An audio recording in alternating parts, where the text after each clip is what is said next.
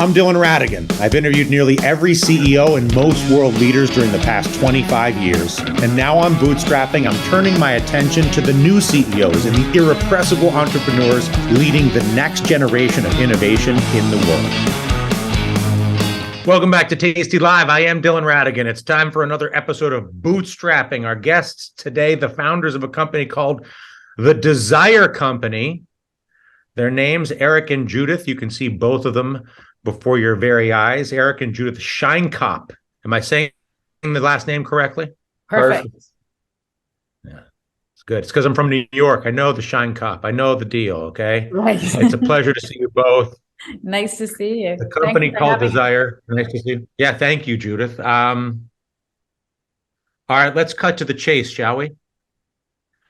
You guys, as I understand it, are in the business of trying to remedy the unadulterated corruption of public opinion of product as it is portrayed to all of us upon the internet.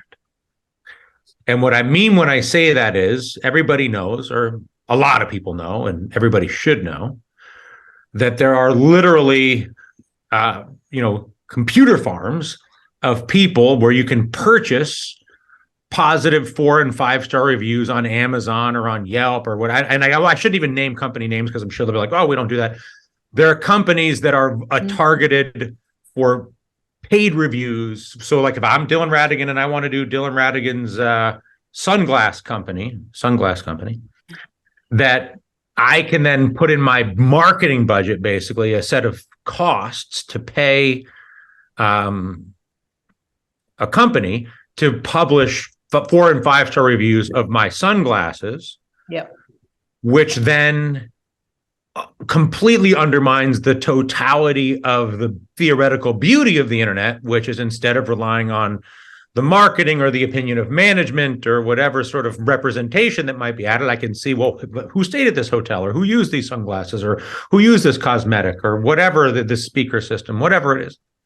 But that very system was immediately corrupted by virtue of the fact that you could pay for reviews. Right. And so you guys started the Desire Company, which could go in a lot of directions. It could be like a cosmetics company. It could be a perfume company. It could be something that drifts, more risque. Mm-hmm. But what it actually is, as you guys present it, and that's what we're going to find out today, I'm going to have to interrogate you to your credibility because you make quite a claim here, was that you guys claim that you are one of the few entities out there that is offering, I'm going to use your words, a platform for unbiased recommendations to connect shoppers and consumers with working experts to make it easy to buy confidently. They create confidence in commerce by connecting shoppers with working experts to help them make more educated purchase decisions, which is basically an opportunity created by the fact that there is a lack of credibility in the sort of systematic 3, 4, 5-star rating review system, which is most emblematic, I think, on Amazon, but is pervasive across the internet. Yes. So, Judith, I'm going to start with you. Mm-hmm. How do you make money and maintain your integrity? Because everybody likes to say, oh, well, okay, if there's a bunch of criminals, everybody's a bunch of weasels, well, maybe, yes, they're criminals and weasels, but also it's a profit motive, right? If I want to have customers, I need to have 4- and 5-star reviews. Ideally, I do it through a great product, but if I can't do it through a great product, you know what?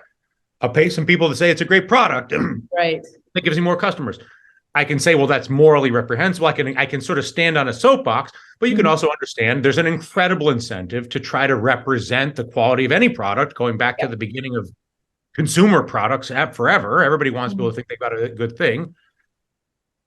And the real issue has been that if somebody says, well, I'm going to give you the independent view, I'm going to give you the real unbiased view. Okay. But in doing that, you know what? You can't make any money because no one's going to pay you to give me an independent opinion, especially if that independent opinion is in contradiction to the economic incentives of the sunglass company, speaker company, mattress company, TV company. Absolutely. Yeah. So I'll get my way to a discussion of how you do your reviews and why your reviews are good. But I really want to start with, how do you make money while maintaining a sense, a legitimate integrity in the nature and the quality of your reviews that's different from the bot farms buying 5 stars? Judy? Yeah. So let me first thank you for the great intro, because you've summarized exactly the issue. And we know that people are becoming more aware of the presence and the proliferation of fake reviews across e-commerce.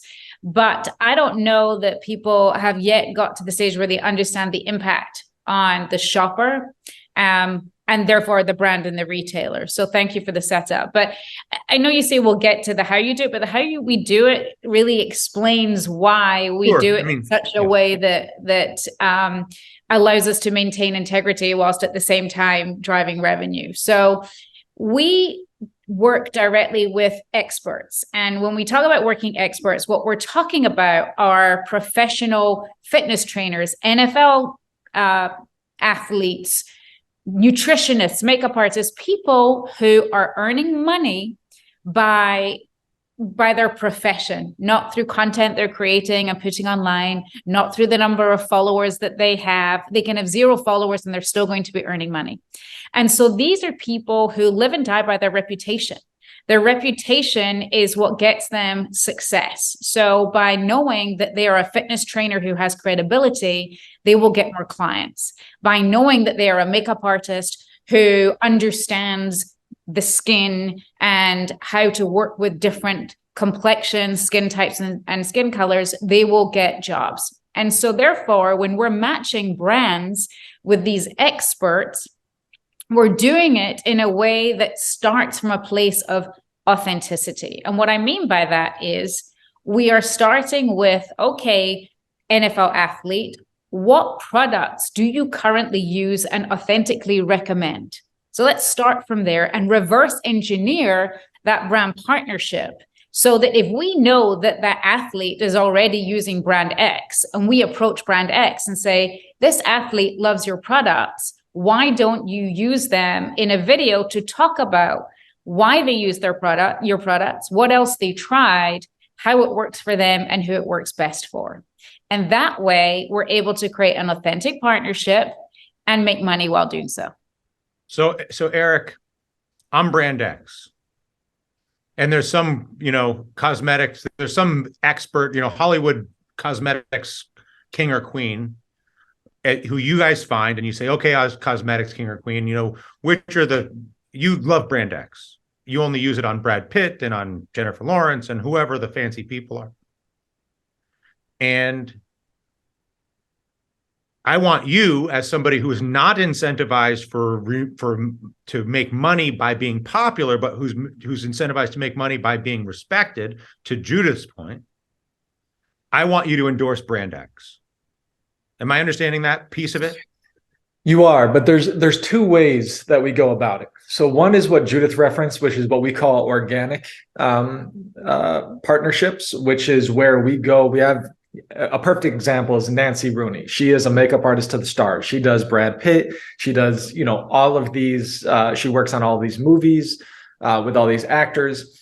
So she will come to us and she will say, here are the different products that I cannot live without. I've been using this one for 15 years. I've been using this one for 10 years. Here's why I like it. Here's how to use it. Here's who I recommend it for.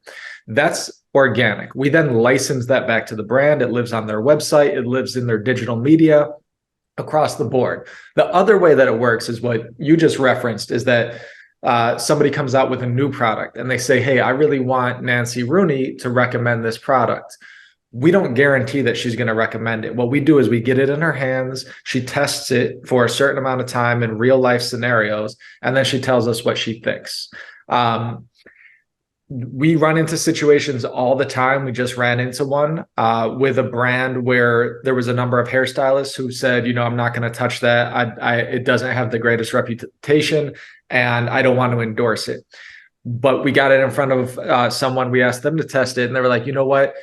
I love this product, but it's not for everybody. You have to know how to use it effectively and who should be using it. So they did the recommendation, and that lives on this brand's website, on their Amazon pages, on their Walmart pages and their social media all across the board. So there's two ways. There's one that's brand first, but that does not guarantee that there's going to get a recommendation from the pro. And then there's one that's organic, and that's because this pro has been using this product and loves your product.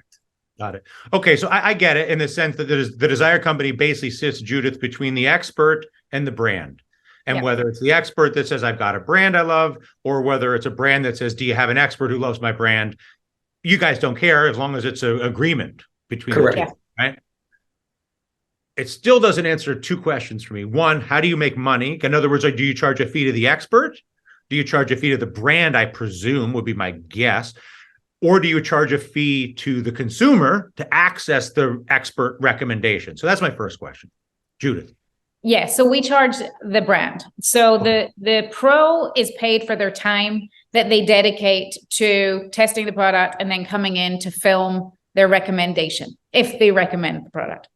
And then the brand, the brand pays the fee to license that content. And it's free to the consumer. What's that? Sorry? It's free to the consumer. Absolutely. Absolutely. It's like any, this is content that appears on the brand's product pages. It appears in the brand's marketing through their social channels. They can use it in email newsletters. They can basically use it anywhere across digital media. And so for them, it's a retail media asset. And so they're the ones that pay for that. Got it. Okay. So I have the Desire Company. I have experts. I have consumers and brands.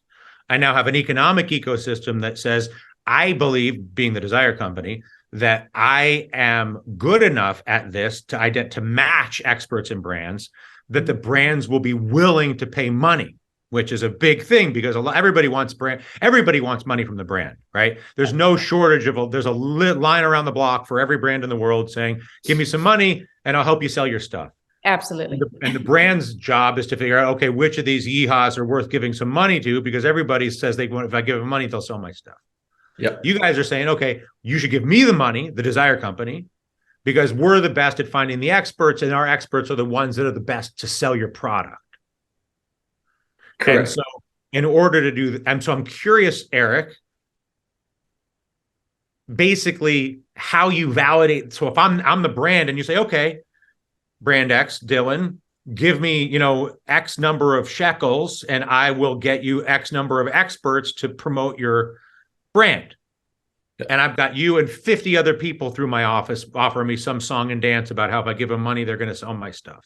Yep. Why am I giving the money to you and not to the other 49 yeehaws? Sure.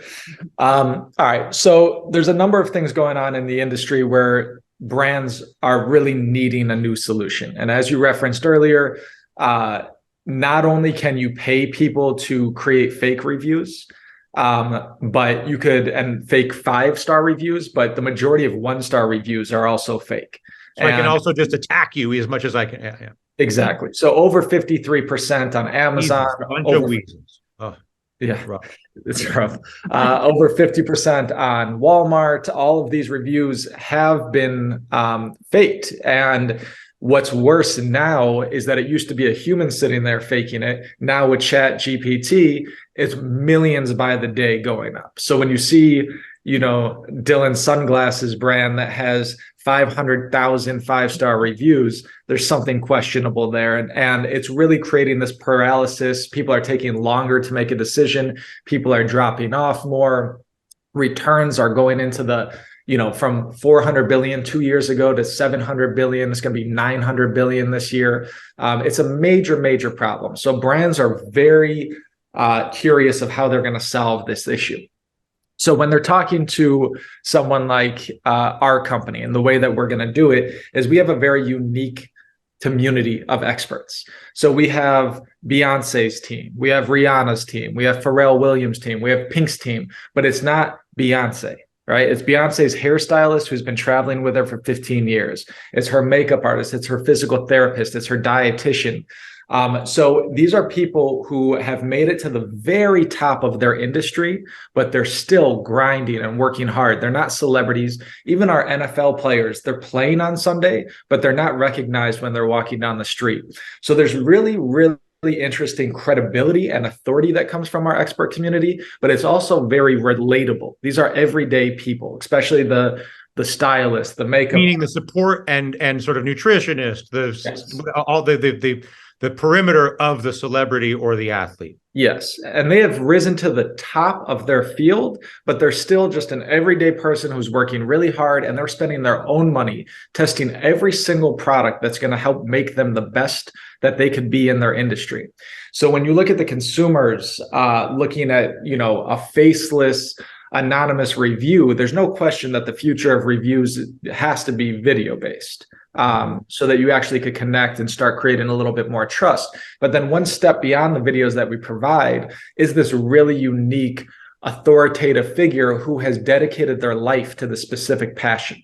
So when Best Buy, as an example, after running our videos for a year versus all of their brand videos or reviews, our brand videos, our recommendation videos outperform and outsell any other promotional content by 30%. And it's because of this really unique, not only the community that we've created, but this proprietary production process that just gets to the point of what consumers want to know. Shopping used to be fun. Shopping is stressful now. It's overwhelming. It takes so much time. So being able to give people the best of the best product from people that they could trust and just answer the questions that everyday consumers have, it's a huge value to the brand. So Judith, what I'm thinking as I listen to Eric is that this is whether it's the video expression or the nature of the people that you're having make the videos, or the context in which the validation is necessary to even trigger their willingness to make the video. It's sort of, this is like your spin on influencer marketing, right? Where it's like, is that a fair statement? Yes, and we don't think that influencer marketing is going anywhere. Influencer marketing has a place in the marketing mix. So, just to talk about my experience, I used to lead global brand PR for the Coca-Cola company, and I launched the first global influencer campaign there. The difference being that we started with people who genuinely love Coke rather than just paying people to say that they liked it. But I believe wholly in the value of influencer marketing as an awareness tool. But what we've seen through our own research is that 87% of consumers don't believe that influencers have actually used the products they're promoting. So yes, they have fantastic platforms and reach and the know-how to create. But they think content. The influencer is just being paid to say, I like it. Absolutely. They're given talking points. Right. Here's the things I need tell for people you to like say. them. Yes. They'll give you a check. Yeah, absolutely. And what's amazing to me is the number of times you see an influencer holding a product that's not even out of a box and talking about how great it is. Well, you clearly haven't used it, but they've got the eyeballs, which, that's a great thing. Check. What we do is then take that from the point of awareness through to the point of consideration and purchase intent. So I've now heard that this exists. Let me find out more. Okay, here's an expert with a personal story about using it. So you believe and understand that they've got experience. They can talk about the functionality of that product, how it feels, how it smells, how it tastes, depending on what it is. And therefore, I'm now in a position to make a decision about whether I want to buy it. So then, Eric, at the end of the day, let's assume you have that the magic formula is intact. Yep. Have a genuine influencer who's a genuine user of the genuine product, whose only reason to endorse it is because they actually like it. They're not being everything that Judith just said. Yeah. So now I have a genuine influencer with a genuine endorsement, with genuine credibility from a genuine brand. Good job. But you still don't have an audience. And so once I have all of the wonderful things that Judith just described, at the end of the day, I need for human beings to consume that proclamation, statement, review, declaration, whatever it is. And is the creation of the audience for that authentic, bona fide review something that you're offering, or is that the responsibility of the brand?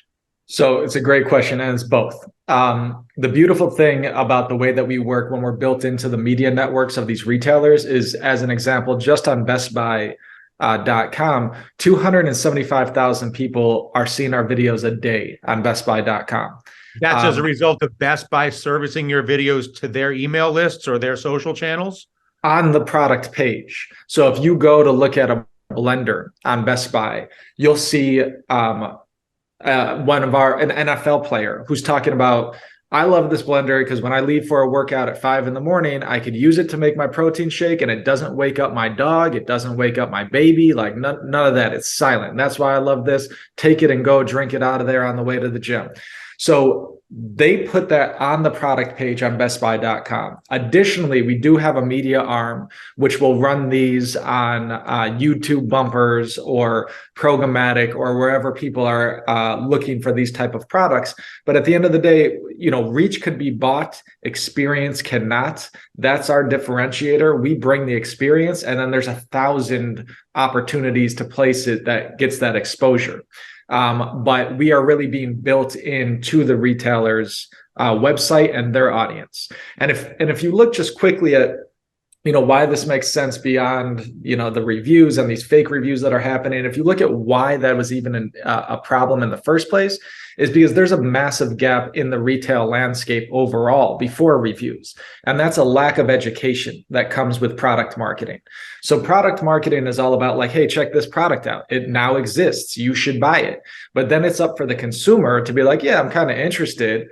Now I need to do my own research on it. I need to find out and do my own educational research. And that's where reviews have come in. But because reviews are so important to educate consumers, that's why they're obviously manipulated. So that's the gap that why retailers are plugging us in. It's the right type of voice. It's the right type of production. It's the right type of questions and answers that's going to provide that unbiased education that really moves the needle for consumers. All right. The final question to you, Judith. Mm-hmm. Are you aligned with the brand and the influencer in the making of money? Meaning, are you charging the brand a fixed fee of X, or are you saying to the brand, pay me some number for my time and costs, and every time my influencer video converts to a sale, you're going to pay me another nickel? So that I'm long Best Buy with you because I believe my reviews are the best. And so I'll take a discount on the front end because on the back end, I know my stuff works and it's going to go gangbusters. I'm curious how you set up your fee structure relative to the incentive to sell on the brand side. Yeah, no, that is a great question. At the moment, we're set up with a fixed fee. However, we are looking exactly at what you said about doing performance related charging. And here's the bottom line on that. We do feel that our experts should benefit from the success that they drive.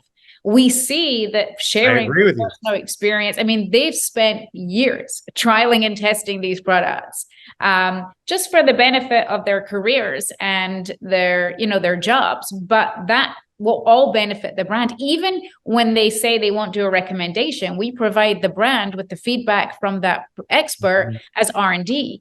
So there is a lot of value that comes from them, and we do believe that that should be compensated. We're not there yet as far as putting that into play, but it is absolutely something we can stand behind. So, and the reason I bring it up is for two reasons, but the most important one is you're obviously both eminently credible. You have great resumes, and you just offered a fabulous rap. You understand the issues, you understand the things, But when the rubber meets the road, if your economic incentive is to clip a fee and whatever happens, it's not the same thing as not only do we believe that what we're doing is the best thing in the industry, blah, blah, blah, everything you said, but yeah, we're going to make money with you because our stuff is the best. And when you get to that final piece of the contract, which is 99% of your credibility at the end of the day, then if what you're saying actually works, there's no reason not to take that deal if I'm you. Absolutely. We totally agree. And I think what I want to emphasize is we only succeed when the pros succeed. So our expert community is absolutely at the heart of what we're building here.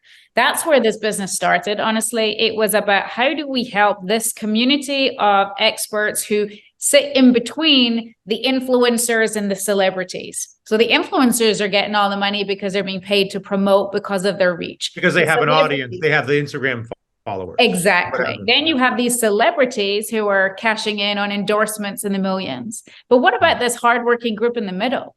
They're the ones that are doing the real work. They're the ones that are, they know what life. happens to Beyonce's skin. Right. They're the ones that help these stars. Yeah, they know. Exactly. And so the reason we're even doing this is to give these experts this platform and the ability to build these partnerships with brands that they already authentically love. And so we are absolutely incentivized to make sure that they succeed. And we know, we have a great relationship with our experts. And this is often for many of them the first time they've ever done a brand partnership because for that reason. And so I agree. I think that the magic really does happen when we feel that our experts are being put in the same level of compensation or recognition as an influencer or a celebrity because their value is recognized outside of followers, outside of, likes and subscribes, right? It's about real life expertise and credibility. His name is Eric. Her name is Judith. They're both called Shine Cop. The company is the Desire Company. I think it's awesome. I wish you both all the best. Thank you. Everybody at home, you're watching Tasty Live, and there'll be more of it right after this. Thank you. Thank you.